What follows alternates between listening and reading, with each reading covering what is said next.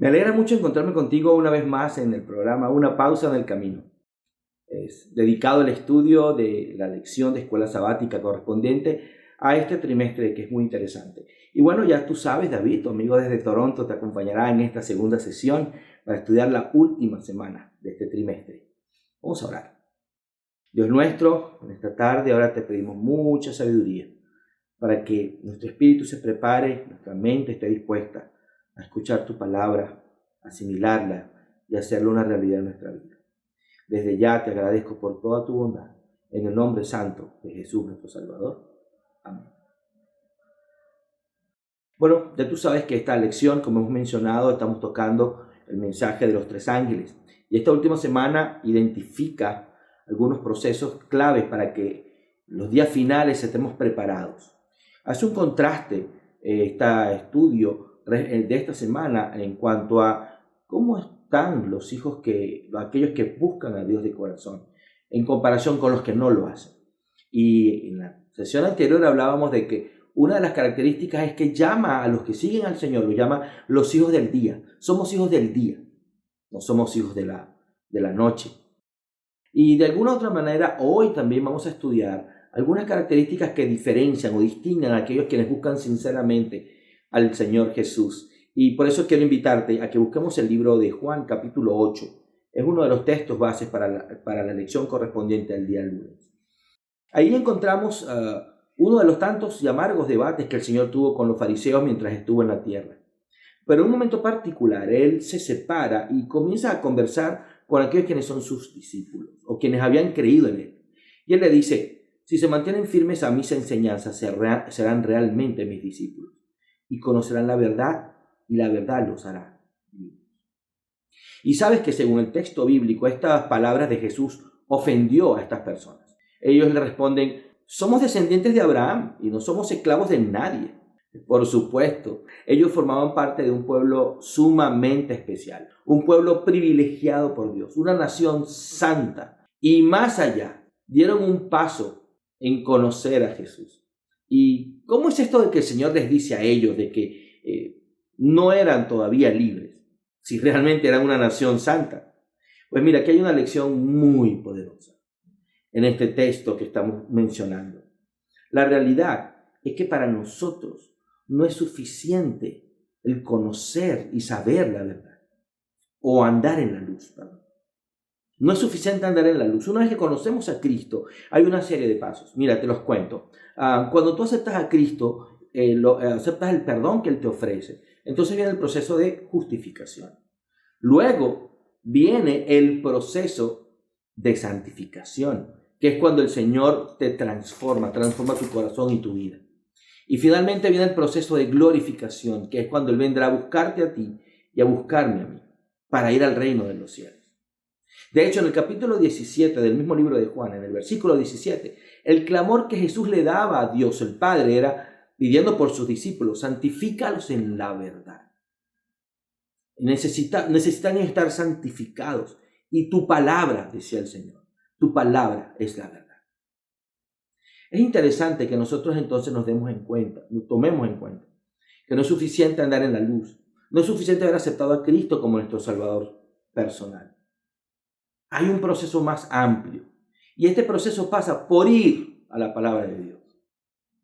El proceso de santificación es justamente el producto de convivir con Cristo.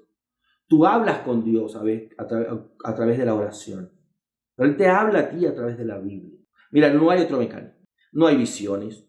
Sin duda alguna la naturaleza, los animales, incluso los rasgos ennoblecedores del ser humano nos hablan del gran carácter de Dios. Sin embargo, es la palabra, es su palabra contenida en la Biblia la que nos hace estar libres. Es importante que nosotros entendamos que no podemos convivir con Dios si no estudiamos su palabra. Esto es muy importante. Mira, hay otro texto que se encuentra en el capítulo también del libro de Juan, capítulo 14. Cuando Jesús hablaba con sus discípulos y él le decía estas palabras interesantísimas, él le dijo, mira, el que me ama obedecerá mi palabra y mi Padre lo amará y haremos morada con él. Escucha, el que me ama obedecerá. Mira, el resultado natural de convivir con Jesús es hacer la voluntad, hacer lo que él realmente le agrada. No por miedo, no por temor, sino porque hay una relación intensa con él. Ahora, no quiere decir esto que si no obedecemos, él no nos ama. Dios nos ama de igual manera. Él te ama a ti y él me ama a mí de igual manera. Pero hay un segundo detalle. Además de convivir, además de conocerlo, mientras más los amas, más quieres hacer lo que él anhela para tu propia vida. Y cuando tú haces lo que anhela él, llegas a conocerlo tanto que cualquier cosa que no venga de él te huele extraño, te huele raro. Me sucedió en estos días. Una jovencita alumna me escribió y me quiso transmitir un mensaje supuestamente de una profeta y descubrí de que había algo de engaño en ese. Porque en el mundo en el cual tú y yo vivimos no es fácil vivir y no ser engañado. La Biblia dice en Mateo que el enemigo intenta destruir y acabar incluso los que ya han sido llamados. Y mira este texto que aparece en la lección de esta semana. El mensaje del segundo ángel nos llama a aceptar la verdad y no el error. La escritura en lugar de la tradición.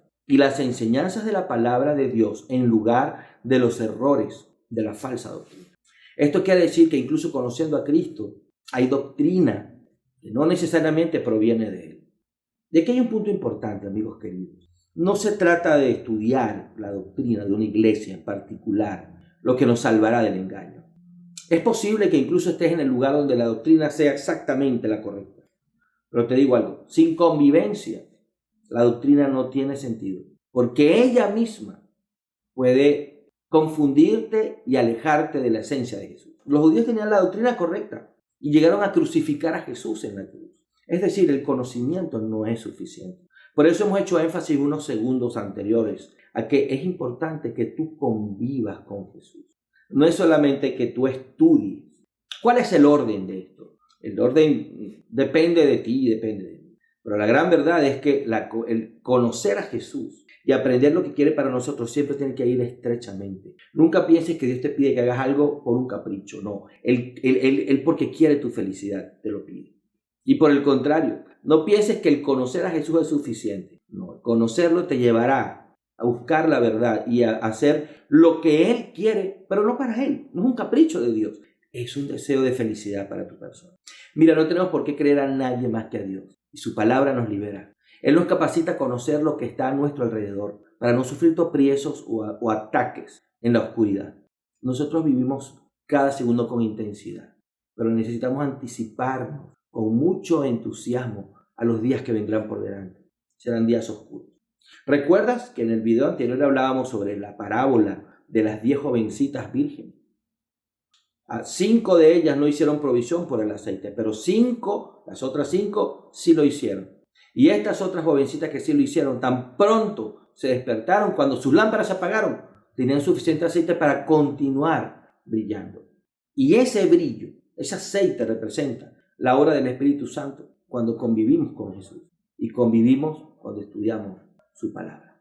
No tenemos por qué estar angustiados si buscamos a Dios en su palabra, en la Biblia, en la palabra de Dios, no en el concepto de un pastor, no en el concepto de una fe religiosa. Depende de buscar la Biblia. Es más, ni siquiera estudiar la guía es suficiente. Hay que buscar a Jesús, encontrarte con Él permanentemente, buscar su rostro, anhelar de que Él haga una obra en tu vida y a través de su palabra Él vaya transformando tu carácter y venga un proceso de santificación. Solo así no serás engañado. Nunca. El justo que busca a Dios de corazón jamás será engañado. Y ese es el deseo que tiene Dios para tu vida y para la mía. Es por ello que si queremos predicar el mensaje de los 3 ángeles con poder, necesitamos estudiar la Biblia. Ella es la que nos indica y la que nos llevará a la salvación. Recuerda estas palabras que Dios dijo a Jesús. Santifícalos en tu verdad. Tu palabra es verdad. Cada vez que abras la Biblia encontrarás en ella palabra de salvación y vida eterna. Nos vemos pronto. Que Dios te bendiga.